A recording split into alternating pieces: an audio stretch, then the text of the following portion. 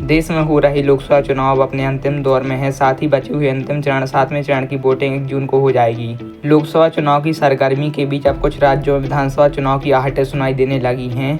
इसी बीच महाराष्ट्र में होने वाले विधानसभा चुनाव को लेकर देवेंद्र फडणवीस ने बड़ा बयान दिया है। दरअसल राज्य में होने वाले इलेक्शन को लेकर महायुति में सीट शेयरिंग को लेकर नोकझोंक की खबरें सामने आने लगी हैं। एक तरफ जहां एनसीपी के बड़े नेता छगन भुजबल ने चुनाव लड़ने के लिए 80 से 90 सीटें मांगी है। चूंकि देवेंद्र फडणवीस का कहना है कि बीजेपी सबसे बड़ी पार्टी है, इसलिए उसे सबसे ज्यादा सीटें मिलनी चाहिए। जब छगन भुजबल के बयान के बाद देवेंद्र फडणवीस से पूछा गया तो उन्होंने कहा, महायुति के तीनों दलों के नेता विधानसभा चुनाव के लिए उचित सीट बंटवारे का फॉर्मूला तय करने के लिए बैठक करेंगे और उसी के अनुसार सीट आवंटित की जाएंगी। जाहिर है कि सबसे बड़ी पार्टी होने के कारण भाजपा को सबसे ज्यादा सीटें मिलेंगी। हालांकि सीट बंटवारे में हमारे सहयोगियों को उचित सम्मान दिया जाएगा। इससे पहले जब छगन भुजबल ने कहा था, हम जब गठबंधन में शामिल हुए थे तो हमें विधानसभा चुनाव लड़ने के लिए 80 से 90 सीटें मिलने का आश्वासन दिया गया था।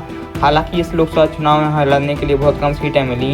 हमें बीजेपी को बताना चाहिए कि हम चुनाव लड़ने के लिए अधिक सीटें चाहते हैं ताकि हम 50 से 60 सीटें जीत सकें। राज्य की 288 सीटों में से बीजेपी ने 2019 के राज्य चुनाव में 105 सीटें जीती थी, जबकि अविभाजित एनसीपी ने 54 सीटें हासिल की थीं।